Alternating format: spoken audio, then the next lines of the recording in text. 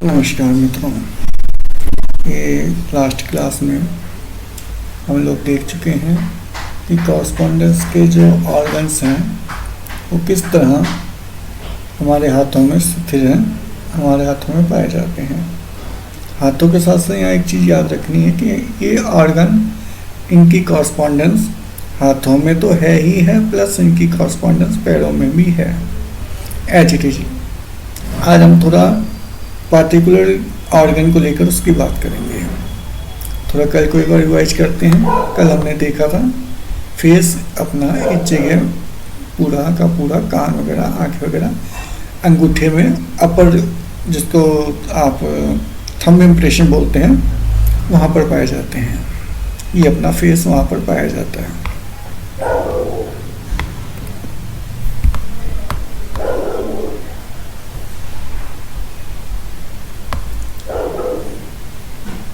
अब इसी को हम देखते हैं अपना आगे पैरों में। सेम चीज़, जैसे हम अंगूठे को इधर ले आए तो पूरी एक तरीके से अपनी बॉडी बन जाती है। ऊपर फेस हो गया, गला हो गया, फेफड़े हो गए, पेट के इंटरनल ऑर्गन्स हो गए, दाएं बाएं दोनों हाथ हो गए और नीचे अपना पैर हो गए। सेम चीज़ पैर के अंदर भी आपको ऐसी मिलेगी। इसको ऊपर आप घुमा लें, ये समझाने के लिए पैर, लेकिन फेस आपको अंगूठे में ही मिलेगा, चाहे वो पैर का अंगूठा हो, चाहे वो आपके हाथ का अंगूठा हो। इस तरीके से कॉरस्पॉन्डेंस को आप घुमा कर थोड़ा यहाँ ले आए फोटो में। रियली अपना अंगूठा घुमाने की कोशिश मत करें, टूट जाएगा। कल्पना में अपना अगर आप अंगूठे को घुमाकर ऊपर ले आए तो आप पाएंगे कहीं ना कहीं ये अपना ह्यूमन फिगर जो है उससे काफ़ी हद तक मैच करता है। बाकी सब कुछ इसके अंदर मेटाफिजिकल ही है।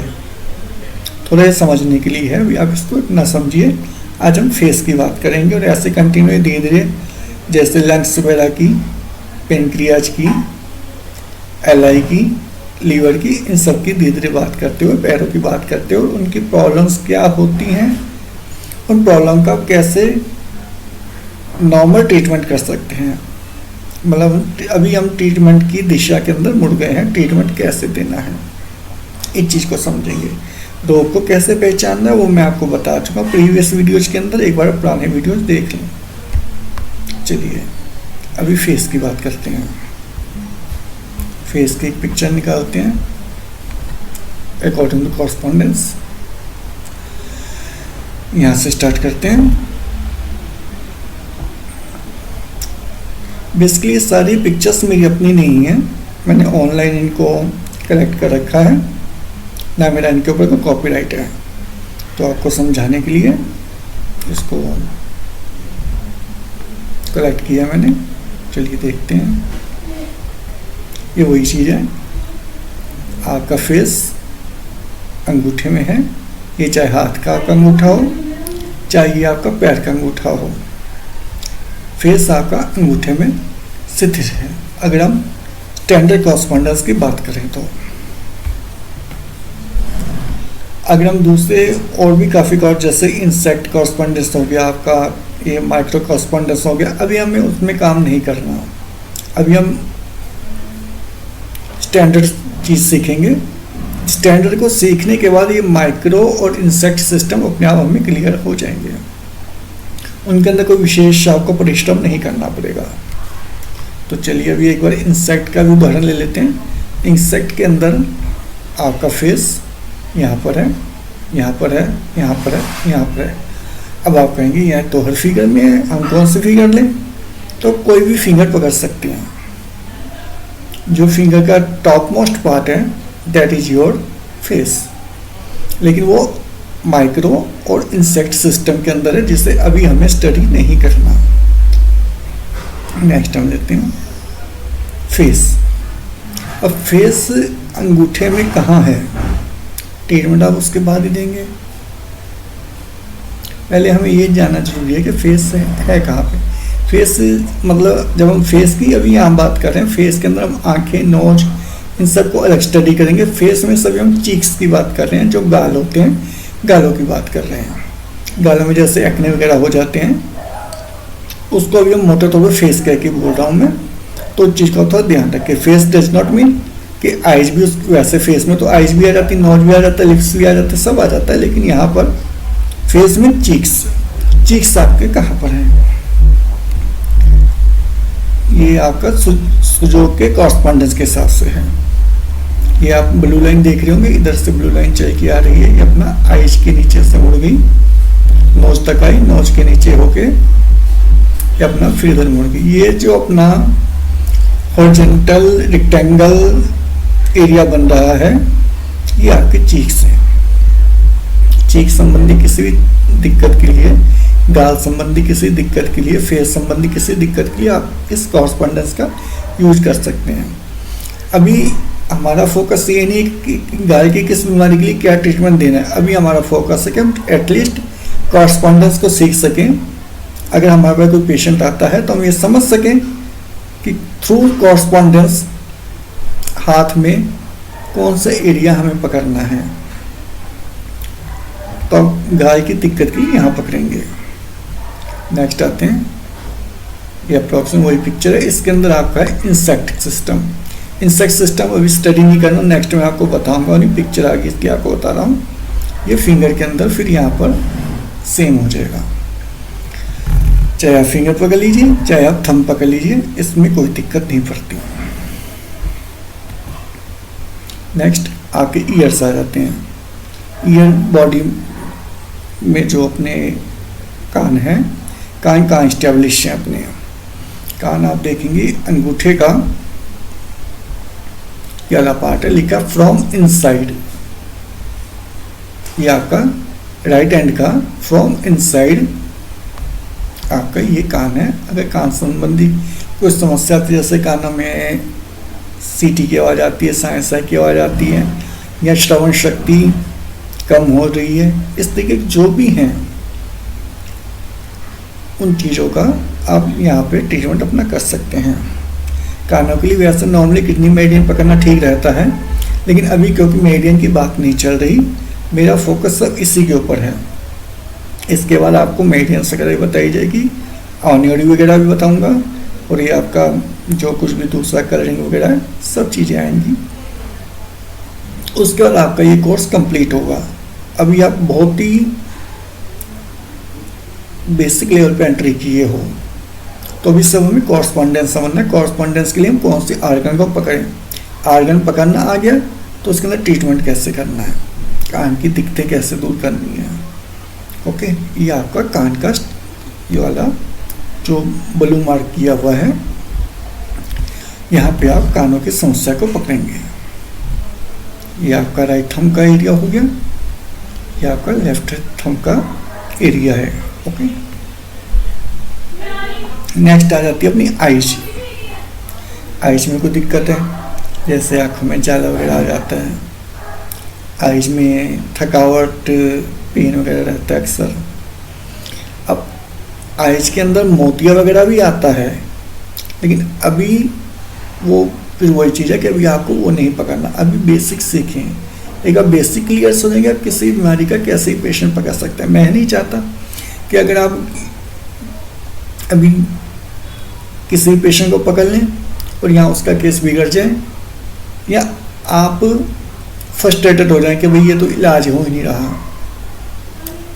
तो ऐसे समझिए जैसे कोई बच्चा स्टार्टिंग में स्विमिंग सीखता है, तो एकदम से समुद्र में जाके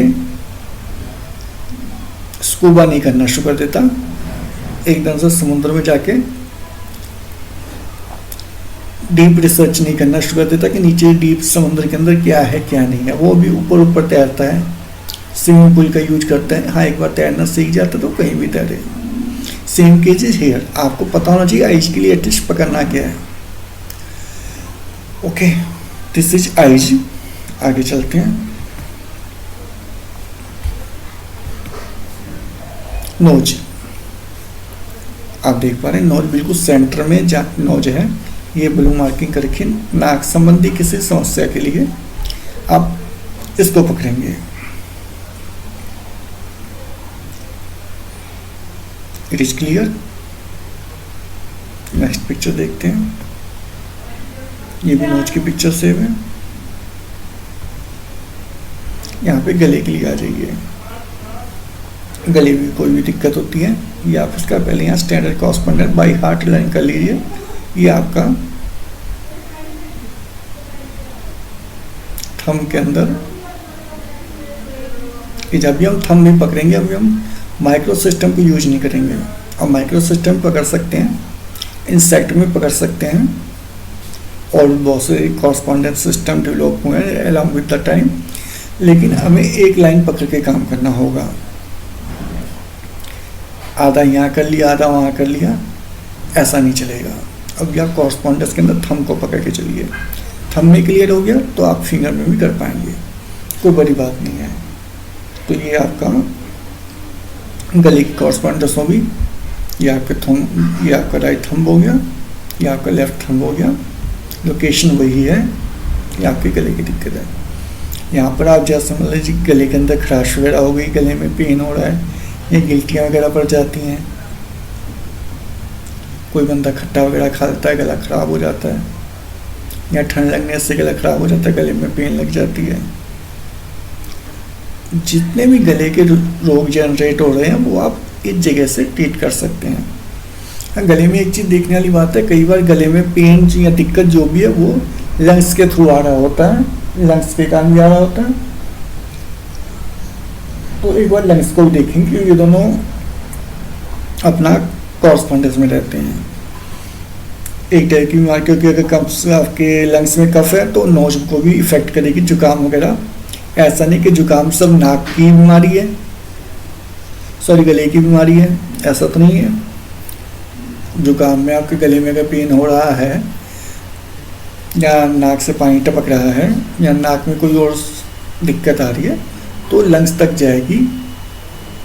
ये चीज़ भी थोड़ी एक बार नोटिस में रखेंगे कि किसी भी पार्ट को इन आइसोलेशन नहीं पकड़ना, आपने इन आइसोलेशन नहीं पकड़ना। फॉर एग्जांपल, सर में दर्द हो रहा है, सर दर्द हो रहा है, अब दर्द तो सर के अंदर है, ये बात बिल्कुल बच्चा भी जानता है कि उसके सर में दर्द है, लेकिन सर दर्द के लिए ज़रूरी नहीं है अब सर को ही पकड़े, उसका कॉन्स्टिपेशन का दर्द हो सकता है कि कोई उसकी समस्या हो, जो उसकी समस्या सॉल्व नहीं हो रही, उसमें सोच के उसको दिमाग में रिलैक्सेशन या जो भी आप कह रहे हैं उसके कारण उसको रिलैक्स नहीं कर पा रहा हो, उसमें दिक्कत हो। या हो सकता है कि सर उसका ठंडी हवाओं को एक्सपोज हो गया हो, वो तो सर दर्द ही कहेगा। ये आपने जांचना तकलीफ आ कहाँ से रही है। सब सर को पकड़ के नहीं बैठना कि सर में दर्द है तो सर में इलाज होगा, इसका इलाज कहीं से भी हो सकता है। आपको बॉडी इन होल देखना होगा। कई बार वैसे ही सर में दर्द होता है, कई बार गुस्से का, बहुत ज़्यादा गुस्से के कारण भी सर में दर्द होता है। आप जीबी की ये बोलते हैं अपना गॉल ब्लैडर की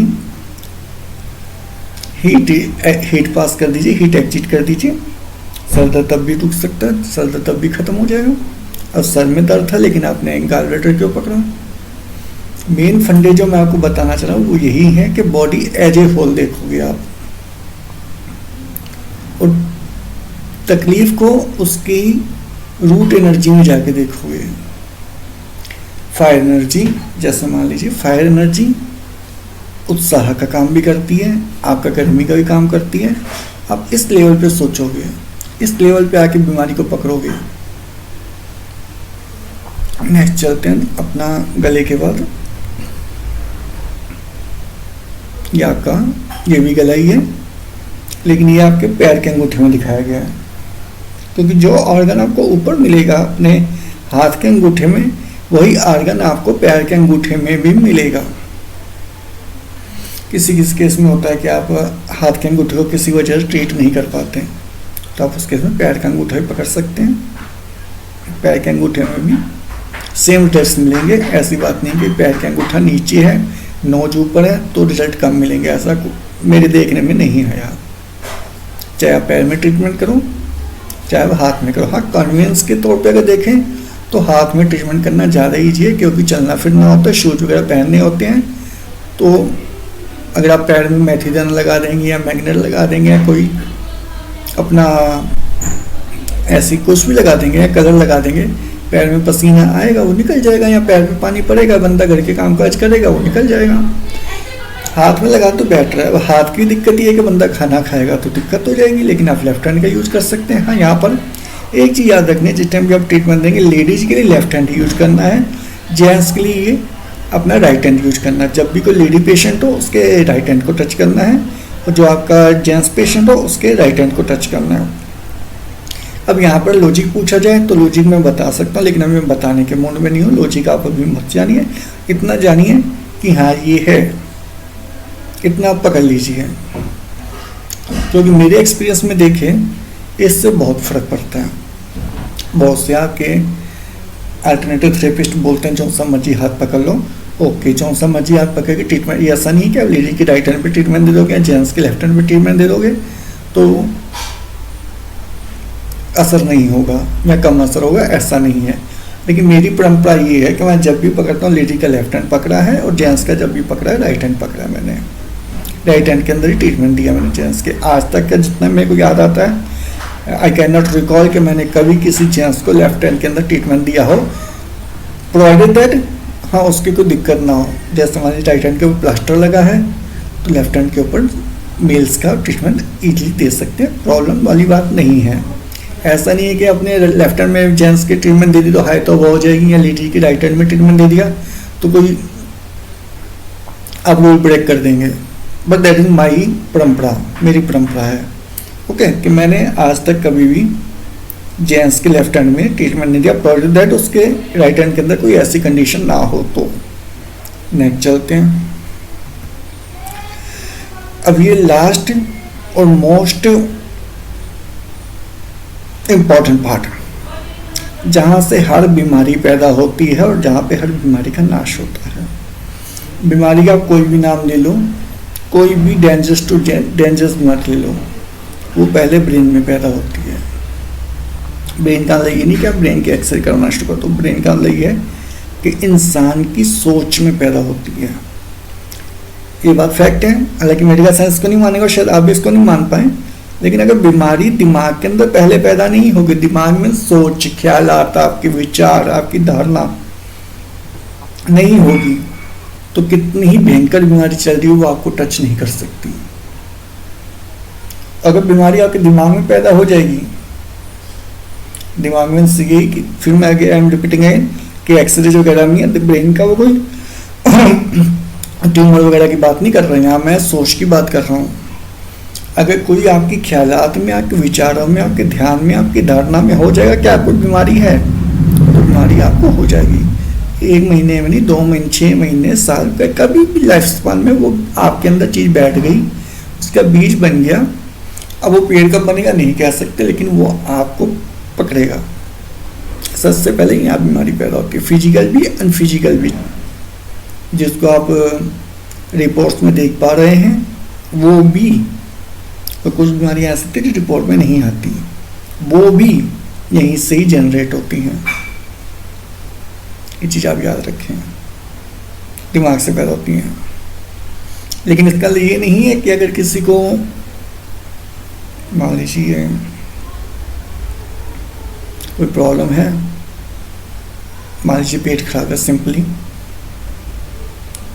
तो उसके दिमाग में कुछ आपको सिग्नल है ऐसा मिलेगा नहीं।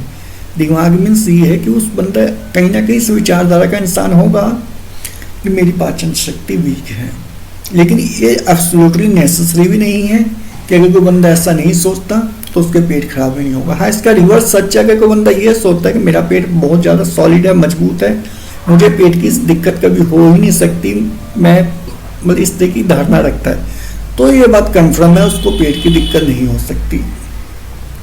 कोई बंदा दिमाग में भी अगर इस ध्यान रखता है कि भाई मेरी याददाश्त तो कमज़ोर है, मेरी मेमोरी तो वीक है, तो उसकी मेमोरी वीक हो ही जाएगी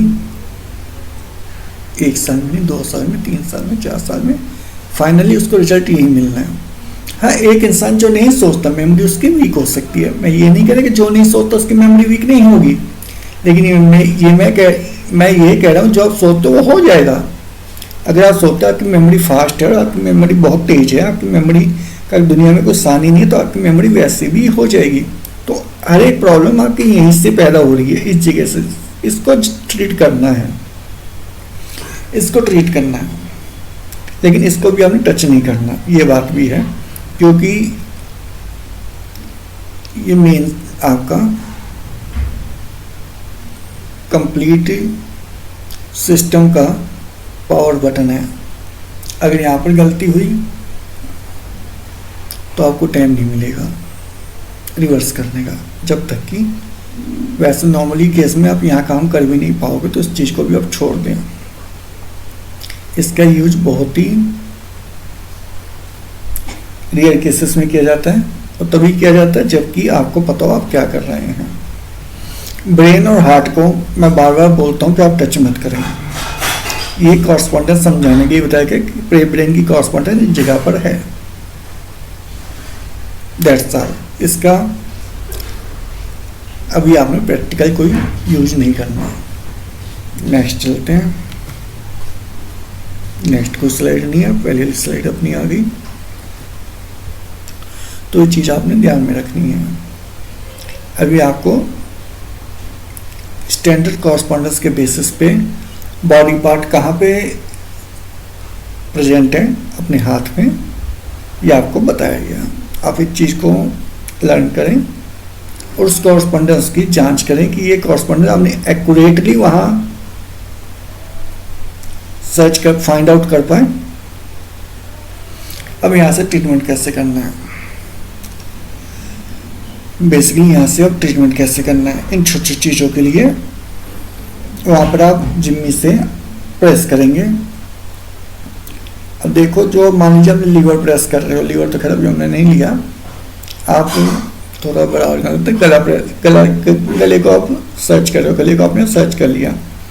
अब जिम्मी से आप प्रेस करोगे तो पूरे गले में एक जैसी आपको पेन नहीं मिलेगा।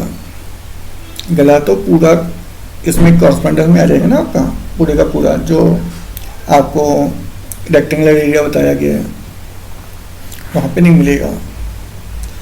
गले के किसी ऊपर, नीचे, सेंटर में या कहीं पर भी कुछ ऐसे आपको पॉइंट मिलेंगे जहाँ पर पेशेंट के एक्यूट पेन होगा। एक्यूट पेन अकॉर्डिंग टू बीमारी कितनी उसकी बॉडी में है, कितनी दिक्कत है, बहुत ज़्यादा होगा या मीडियम होगा, लेकिन एवरेज दूसरे पॉइंट से अलग ही होगा, ज़्यादा ही होगा।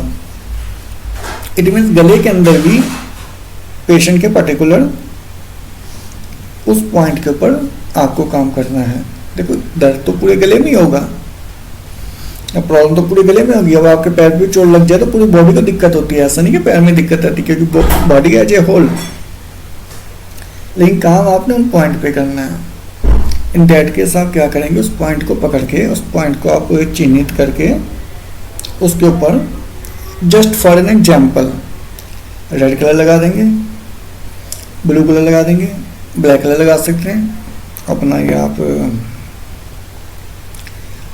ये नमक की स्ट्रिप लगा सकते हैं, मेथी दाना लगा सकते हैं, चाहे तो आप उसमें मैग्नेट लगा सकते हैं, टोन कर सकते हैं, सेडेट करना हो आप सेडेट कर सकते हैं, प्लस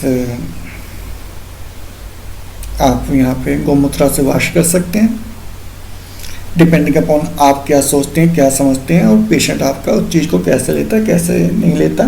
ये कोई जिद वाली बात नहीं है कि वहाँ पे गोमूत्र से वॉश ही करना है या गंगा जल से वॉश करना है, ऐसा कोई रूल नहीं है।